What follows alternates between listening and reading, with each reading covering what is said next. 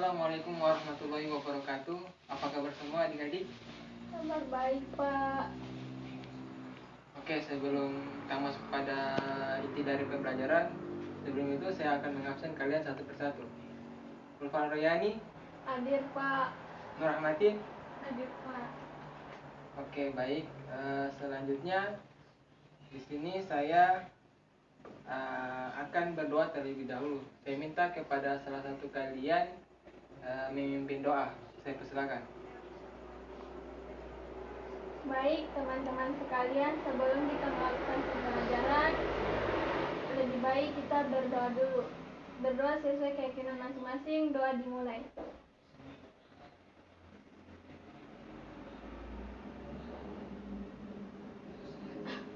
Doa selesai. Oke, selanjutnya di sini kita masuk pada kegiatan menyanyi. Di antara kalian siapa yang bisa menyanyikan lagu nasional? Kalau bisa menyanyikan lagu nasional, maka kalian akan mendapatkan sebuah buku. Siapa yang berani? Kalau tiada ya tidak apa-apa juga, tidak dapat hadiah. Lagu nasional Indonesia Raya. Terserah lagunya apa saja. Indonesia, Pak. Oke, saya persilakan kepada Nur Rahmati. Indonesia. Indonesia. Terserah lagu nasional apa saja, mau lagu Garuda Pancasila atau Garuda Pancasila, akulah pendukungmu. Patriot proklamasi, sedia berkorban ikut. Pancasila dasar negara, rakyat adil menghukum tempat. Pribadi bangsaku, ayo maju, maju, ayo maju, maju, ayo maju, maju. Oke, baik. Selanjutnya di sini. Mana bukunya, Pak? Oke, oh iya, saya lupa. Ini bukunya. Semoga bukunya digunakan dengan baik ya. Sore, makasih, Pak. Oke, selanjutnya di sini saya akan menunjukkan gambar. Anda tahu gambar ini lambang apa namanya? Lambang apa? Bendera Korea Selatan, Pak.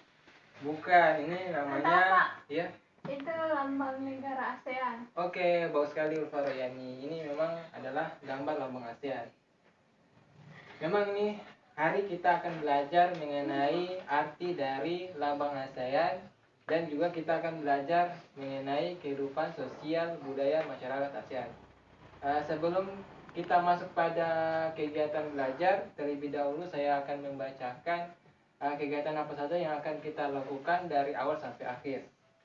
Adapun kegiatan yang akan kita lakukan dari awal sampai akhir, yaitu yang pertama di sini saya akan menjelaskan materi tentang sejarah ASEAN. Kemudian yang kedua, di sini saya akan bertanya kepada kalian mengenai arti dari lambang ASEAN. Kemudian yang ketiga, di sini saya akan memberikan sebuah soal diskusi yang mana masing-masing mendapatkan soal dan nantinya kalian akan presentasikan. Adapun yang terakhir, di sini saya akan memberikan kalian sebuah tugas yang akan kalian kerjakan di rumah. Nah, tugasnya berdasarkan materi yang saya akan ajarkan nanti. Oke, langsung saja kita masuk pada kegiatan pembelajaran. Adapun kegiatan pembelajaran hari ini saya akan menjelaskan tentang sejarah ASEAN. ASEAN adalah sebuah organisasi internasional yang beranggotakan negara-negara di kawasan Asia Tenggara. Negara-negara ini bersatu karena adanya persamaan letak geografis dan kemiripan budayanya. ASEAN berdiri pada tahun 1967 dengan dasar Deklarasi Bangkok. Saat itu tokoh-tokoh dari 5 negara yang terlibat dalam diskusi menjadi penentu sekaligus pendiri dari organisasi ini. Adapun 5 negara tersebut adalah Indonesia, Malaysia, Thailand, Singapura, dan Filipina. Masyarakat yang menetap di negara-negara tersebut kemudian disebut masyarakat ASEAN. Melansir laman Kementerian Luar Negeri, mereka bersama-sama mengatasi berbagai tantangan di bidang kependudukan, kemiskinan, ketenagakerjaan, dan kesejahteraan masyarakat. Oke, dari materi tadi, di sini saya akan bertanya kepada kalian mengenai arti dari lambang ASEAN. Dari gambar ini kan terdapat 4 warna, yang mana 4 warna ini memiliki arti. Sini saya akan menjelaskan. Warna biru melambangkan apa? Perdamaian dan stabilitas. Oke, baik. Warna merah melambangkan Semangat dan kedinamisan. oh iya, bagus. Putih melambangkan Kesucian. warna kuning melambangkan Kemakmuran, Pak. oke, baik sekali. Ya, kalian sudah paham tentang arti dari lambang ASEAN. Oke, selanjutnya di sini saya akan memberikan kalian sebuah soal diskusi. Saya minta kepada kalian untuk menulis.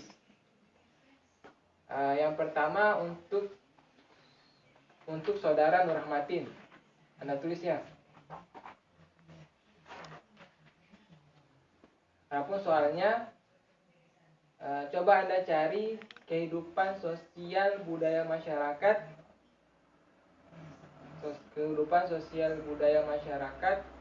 ASEAN di negara A. Brunei Darussalam, B. Malaysia, C. Filipina. Untuk saudara Ulfa Royani, silakan Anda menulis. Coba Anda cari tahu kehidupan budaya sosial di negara A. Kamboja, B. Myanmar, C. Vietnam. Oke, saya beri waktu 15 menit.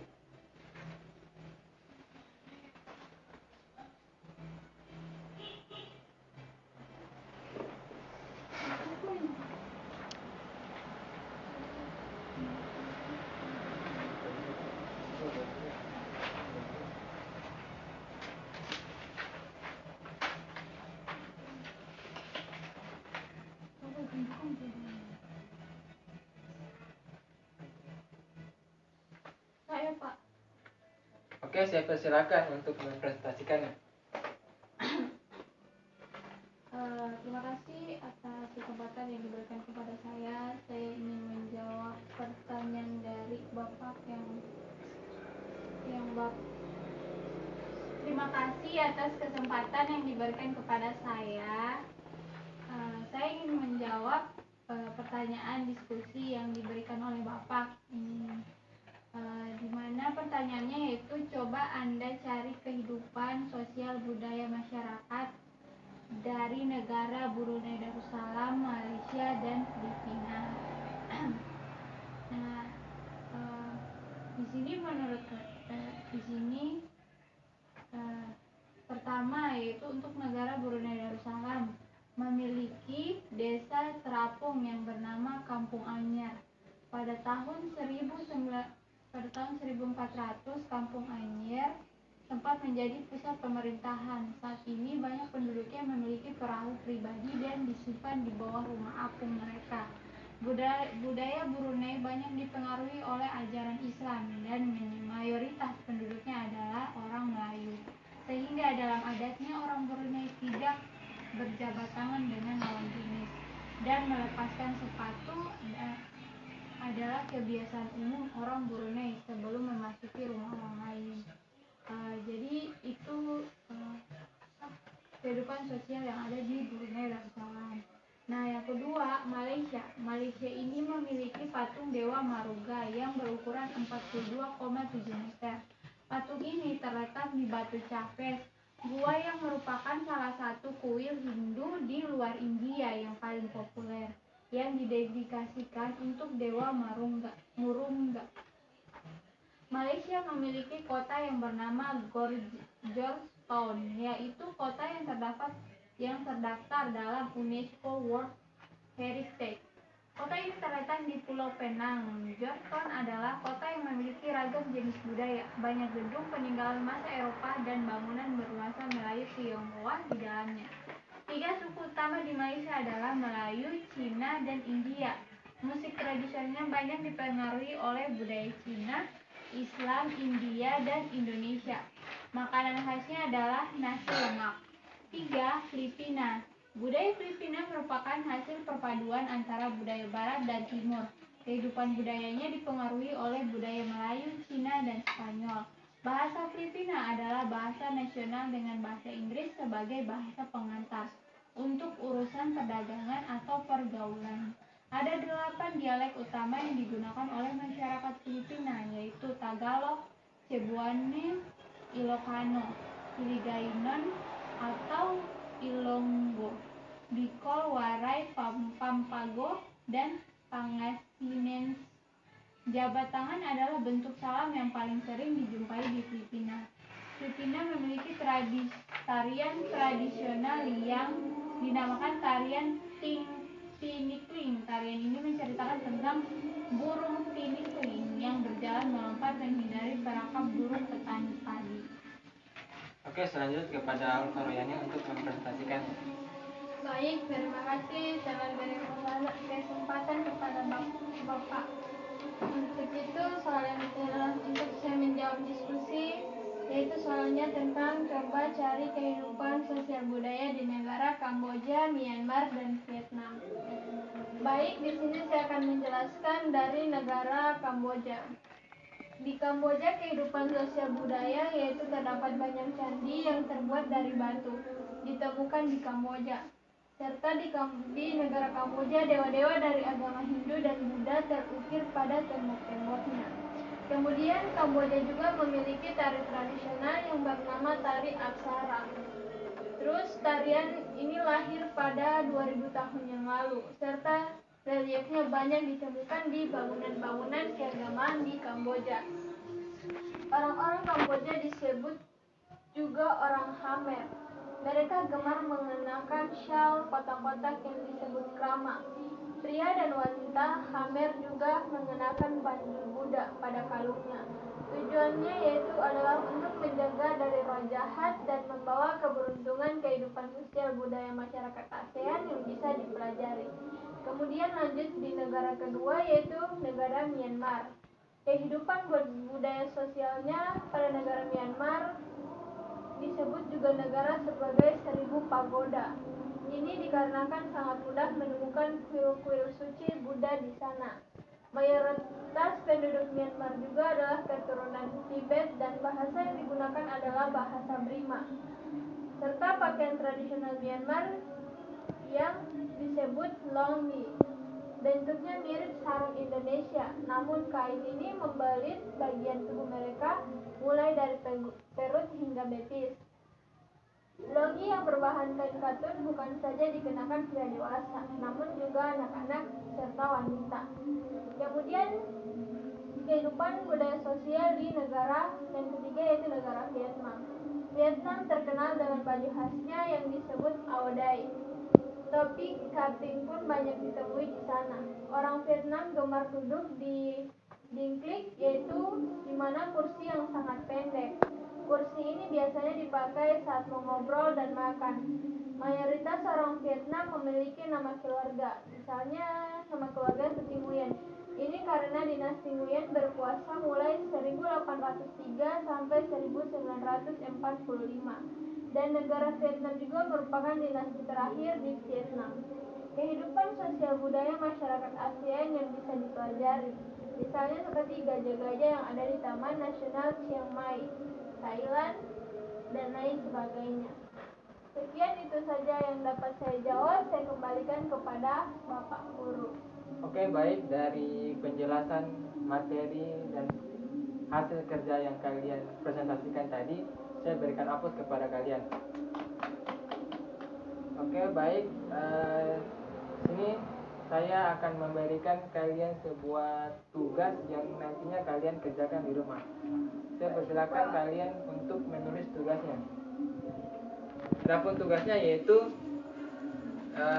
kalian cari makna lambang ASEAN. Cari makna lambang ASEAN. Lalu kalian buatlah review materi yang nantinya Bapak akan bagikan sebentar. Itu saja yang menjadi tugas kalian. Minggu depan kalian harus mengumpulkannya. Baik, Pak.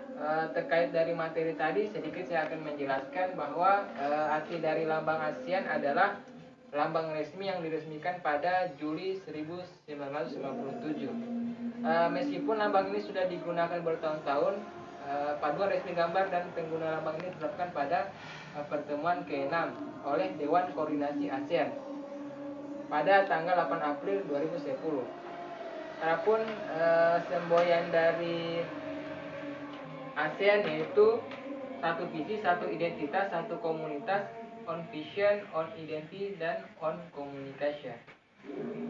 Oke, selanjutnya di sini saya akan menyimpulkan materinya, yaitu kita telah mempelajari berkaitan dengan arti dari lambang ASEAN. Kemudian kita juga telah pelajari mengenai kehidupan sosial budaya masyarakat ASEAN, mulai dari negara Thailand, Filipina, Vietnam, dan seterusnya. Oke, untuk pembelajaran hari ini, adakah pertanyaan? Saya, Pak, mau bertanya. Oke, saya persilakan kepada Nur Rahmatin. Pertanyaannya saya itu Pak, kenapa negara seperti Korea Selatan tidak masuk sebagai anggota pendiri ASEAN, sedangkan Korea sendiri itu berada di wilayah Asia? Oke, bagus sekali pertanyaannya oleh saudara Nur Rahmatin. Di sini saya akan menjelaskan kenapa Korea Selatan tidak masuk dalam anggota pendiri ASEAN. Faktor pertama karena berbeda letak, di mana Korea Selatan itu berada di kawasan Asia Timur. Sedangkan kan kita tahu bahwa pendiri ASEAN itu hanya berada di negara kawasan Asia Tenggara, seperti Indonesia, Malaysia, Filipina. Sedangkan Korea Selatan itu bukan kawasan Asia Tenggara, tetapi dalam kawasan Asia Timur. Begitu. Sudah bisa dipahami? Sudah, Pak. Oke, baik. Untuk pembelajaran hari ini kita cukup sampai di sini.